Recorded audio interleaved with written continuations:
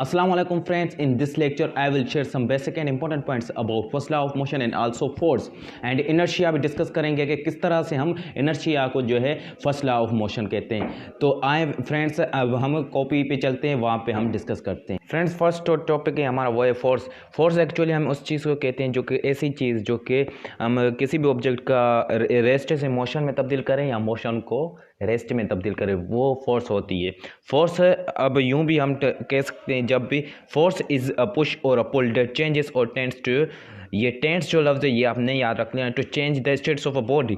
मैंने आपको बताया कि ऐसी फोर्स इस चीज़ को कहते हैं कि जो ऐसी मीन्स ऑब्जेक्ट का रेस्ट से मोशन में भी तब्दील कर सकता है, मोशन से रेस्ट में भी तब्दील हो सकता है।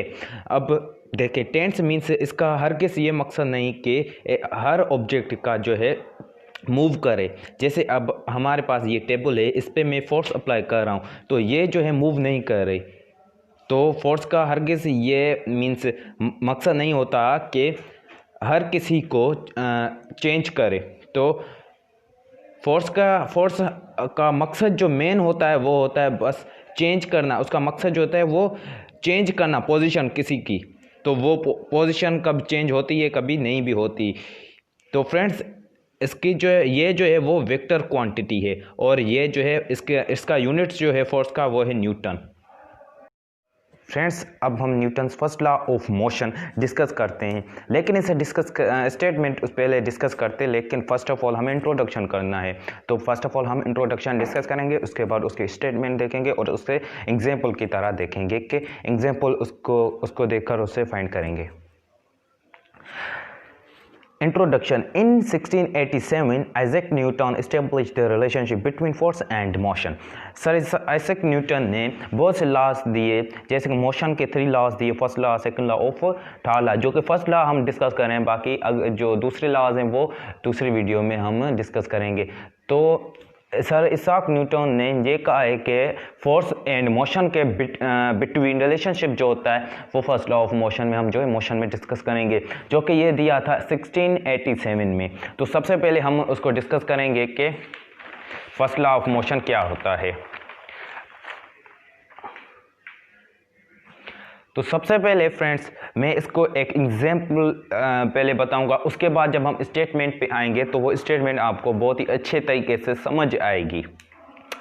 तो फ्रेंड्स सबसे पहले अगर मैं कहता हूं कि एक आपके पास ऑब्जेक्ट है जो कि एक पर्टिकुलर डायरेक्शन या किसी भी ऐसी चीज़ पे पड़ा है, वहाँ रेस्ट में है। अब रेस्ट में कैसे है, अब ये देखें आप,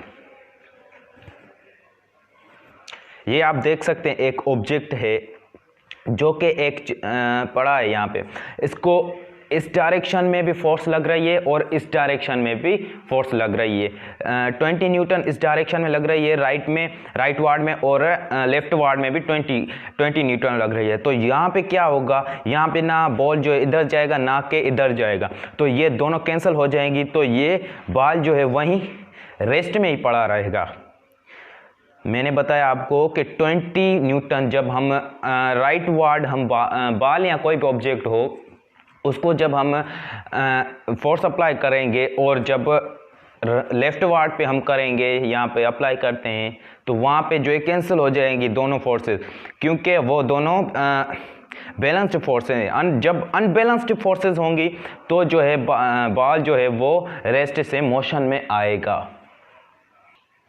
फ्रेंड्स अब आपको कहूँगी apply unbalanced force an object for change position of object.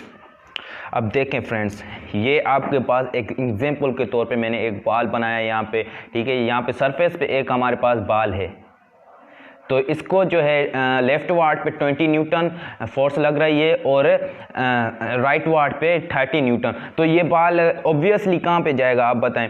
तो ये ऑब्वियसली बॉल जो है रेस्ट से मोशन में जाएगा, क्योंकि इसका मैग्नीट्यूड है जो हमने बढ़ा दिया।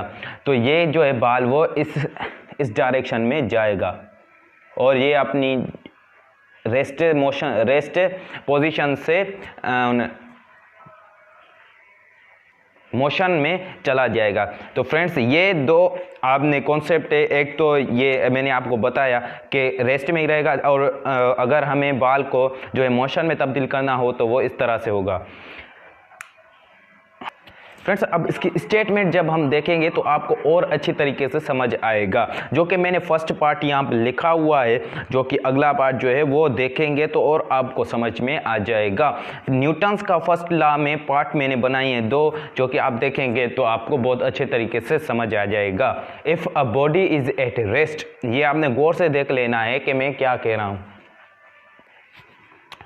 It will remain at rest and if it is, ये कह रहा है if a body is at rest it will remain at rest, जब तक ये तब तक वहां पे रेस्ट में रहेगी जब तक इसको अनबैलेंस्ड फोर्स जो है एक्सटर्नल नहीं लगेगी। ठीक है, तो ये एक चीज़ है। एंड दूसरा पॉइंट है यहाँ से, and if it is in motion, जब वो and it will continue to move in a straight line with a constant velocity unless it is acted on by an external unbalanced force that tends to change its state of rest or of uniform motion।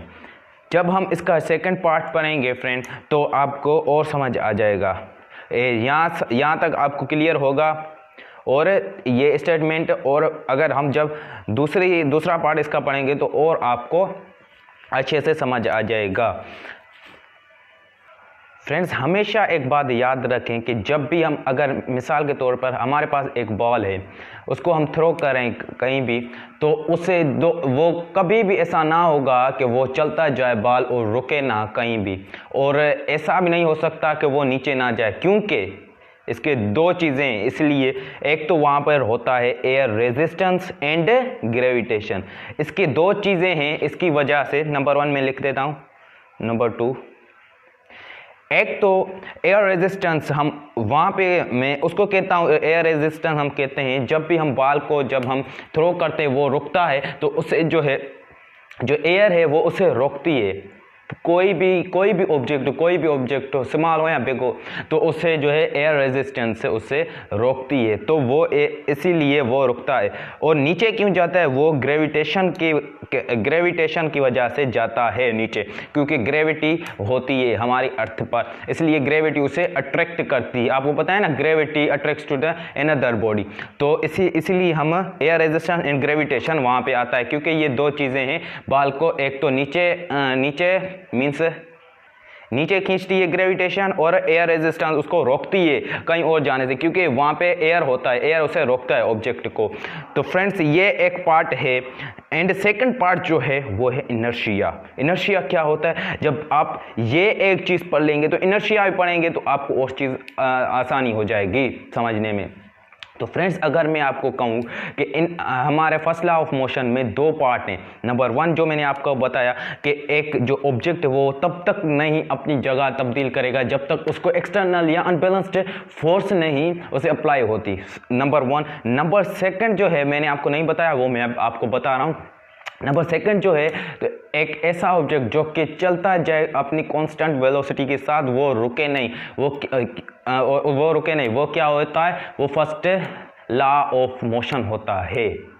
अब वो कहाँ पे हो सकता है, जहाँ पे ना तो ग्रेविटेशन हो, ना पे ग्रेविटेशन फोर्स हो, और ना ही एयर रेजिस्टेंस हो। ये 2 चीज़ें हो, नंबर 1 एंड नंबर 2।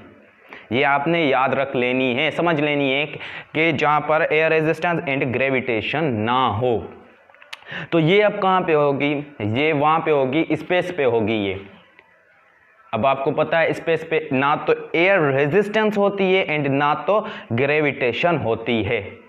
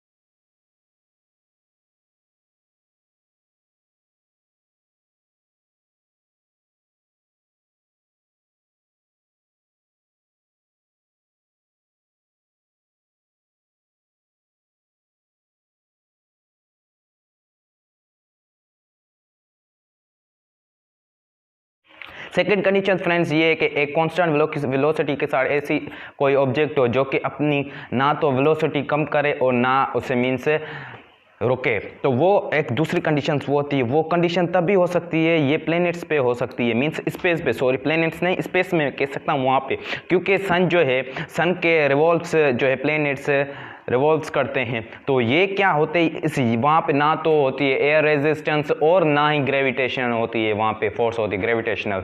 तो वहाँ पे जो है कांस्टेंट वेलोसिटी के साथ अपने अपने जो भी प्लैनेट्स हैं वो रिवॉल्व्स करते हैं किसके बीच में, सन के बीच में। तो फ्रेंड्स ये दो कंडीशंस थी। अब इनर्शिया आप देखें inertia actually the work of inertia is to maintain the body's position. अब ये